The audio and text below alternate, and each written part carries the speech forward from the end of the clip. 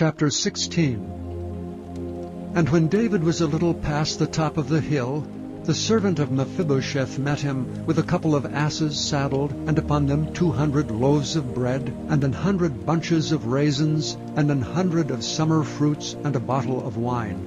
Then said the king unto Ziba, What meanest thou by these? And Ziba said, The asses be for the king's household to ride on, and the bread and summer fruit for the young men to eat, and the wine, that such as be faint in the wilderness may drink. And the king said, And where is thy master's son? And Ziba said unto the king, Behold, he abideth at Jerusalem. For he said, Today shall the house of Israel restore me the kingdom of my father. Then said the king to Ziba, Behold, thine are all that pertaineth unto Mephibosheth. And Ziba said, I humbly beseech thee, that I may find grace in thy sight, my lord, O king. And when King David came to Bahurim, behold, thence came out a man of the family of the house of Saul, whose name was Shimei the son of Gera. He came forth and cursed still as he came. And he cast stones at David, and at all the servants of King David, and all the people, and all the mighty men were on his right hand and on his left.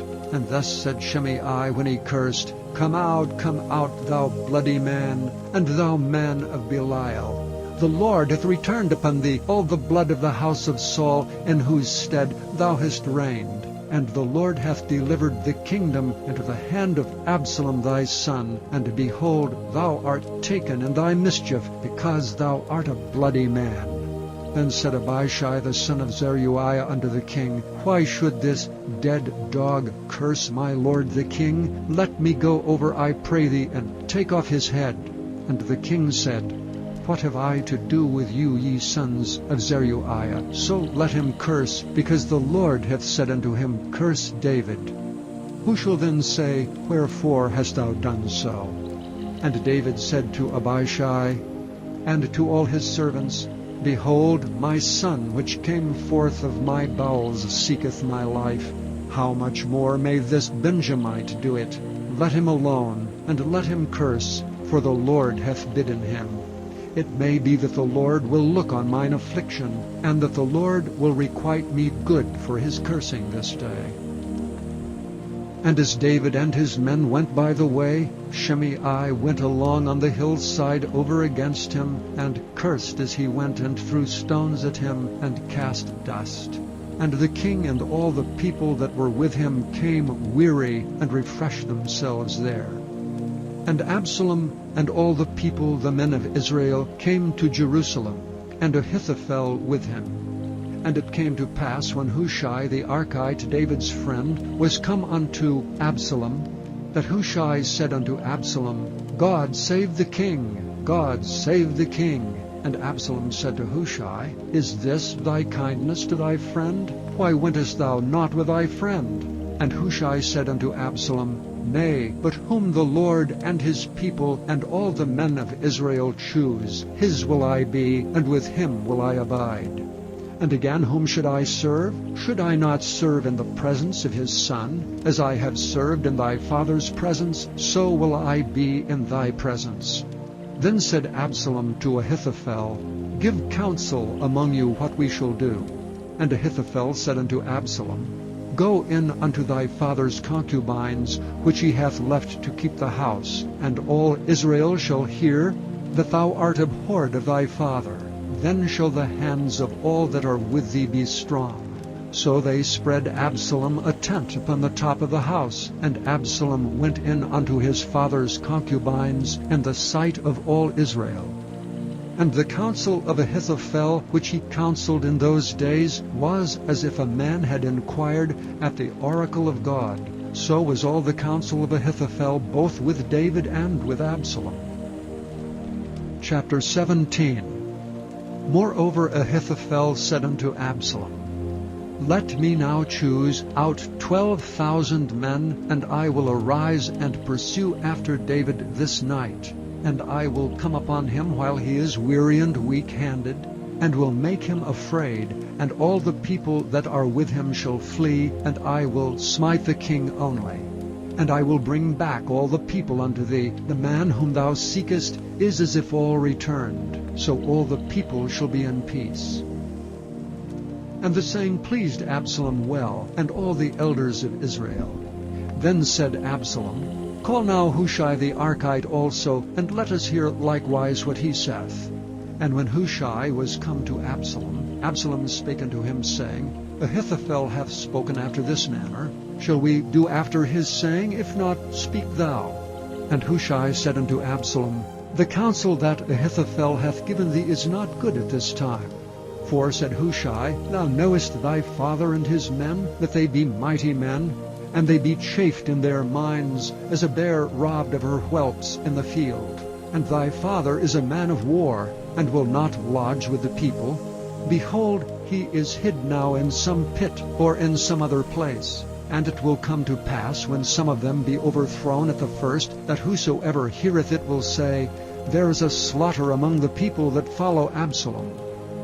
And he also that is valiant, whose heart is as the heart of a lion, shall utterly melt. For all Israel knoweth that thy father is a mighty man, and they which be with him are valiant men. Therefore I counsel that all Israel be generally gathered unto thee from Dan even to Beersheba, as the sand that is by the sea for multitude, and that thou go to battle in thine own person.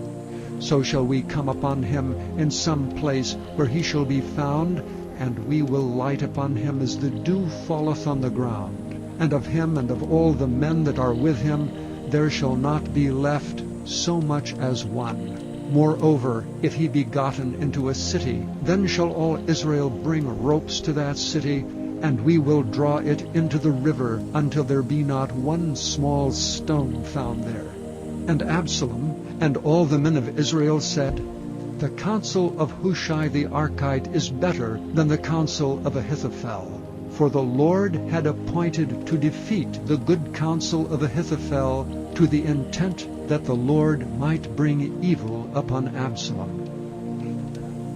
Then said Hushai unto Zadok and to Abiathar the priests, Thus and thus did Ahithophel counsel Absalom and the elders of Israel, and thus have I counseled.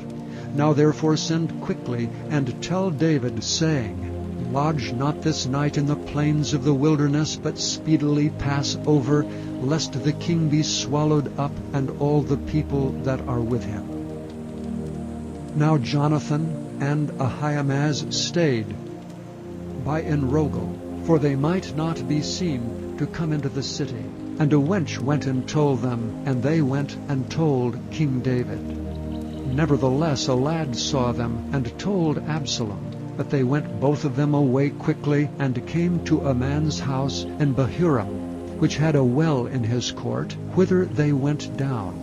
And the woman took and spread a covering over the well's mouth, and spread ground corn thereon, and the thing was not known.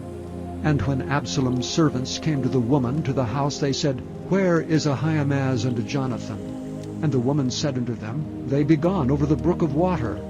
And when they had sought and could not find them, they returned to Jerusalem. And it came to pass, after they were departed, that they came up out of the well, and went and told King David, and said unto David, Arise and pass quickly over the water, for thus hath Ahithophel counseled against you. Then David arose, and all the people that were with him, and they passed over Jordan. By the morning light there lacked not one of them that was not gone over Jordan.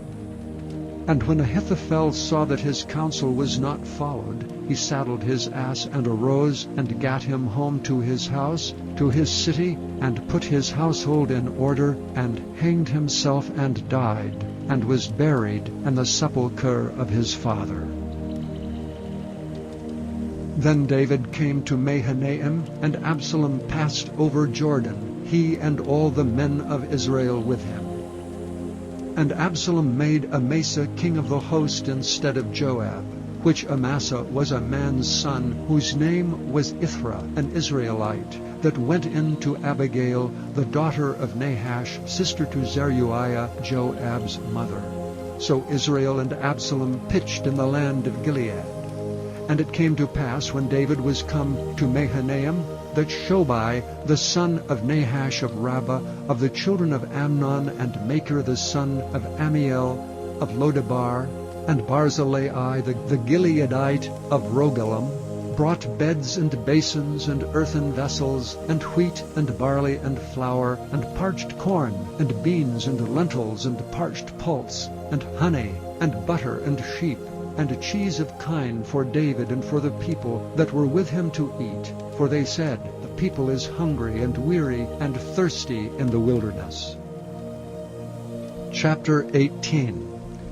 And David numbered the people that were with him, and set captains of thousands, and captains of hundreds over them.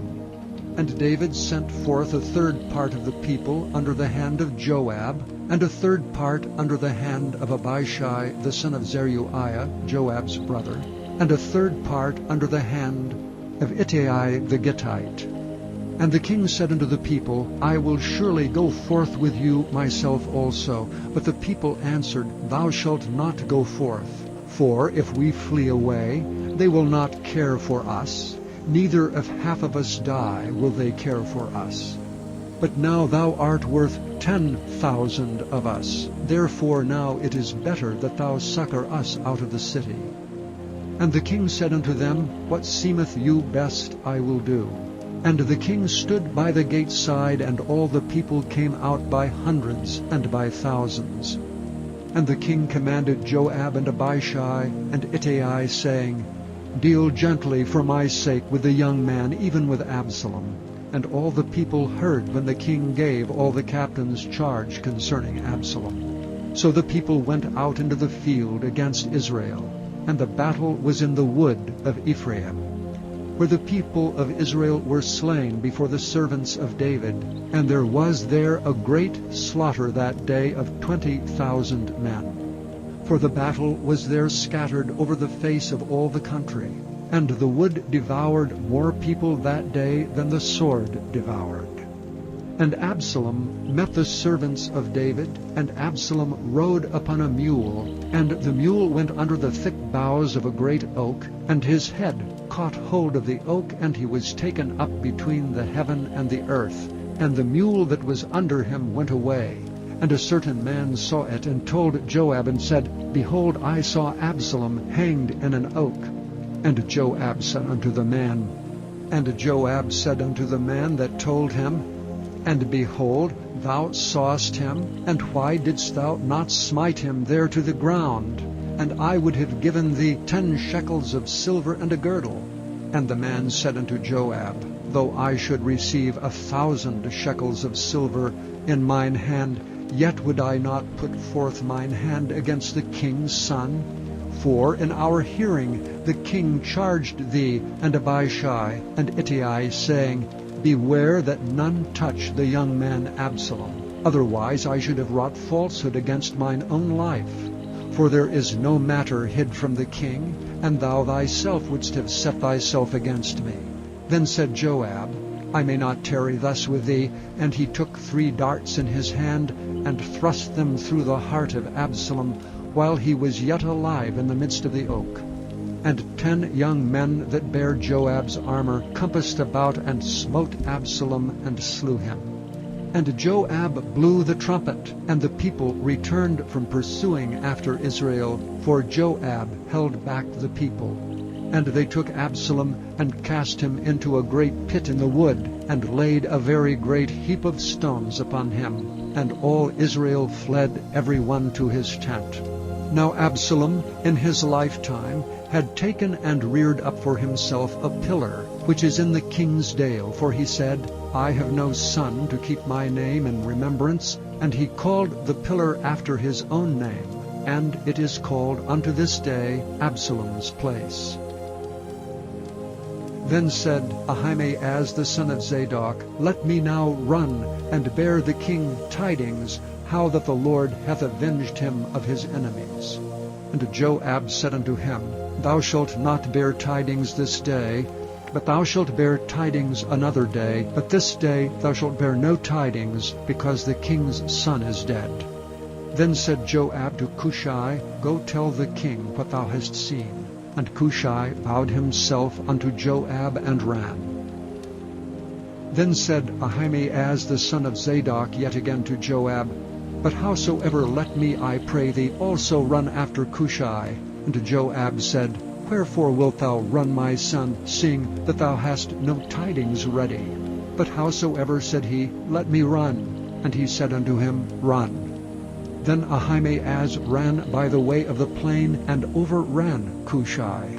And David sat between the two gates, and the watchman went up to the roof over the gate unto the wall, and looked up his eyes, and looked, and behold, a man running alone. And the watchman cried and told the king, and the king said, If he be alone, there is tidings in his mouth. And he came apace and drew near, and the watchman saw another man running. And the watchman called unto the porter and said, Behold, another man running alone. And the king said, He also bringeth tidings.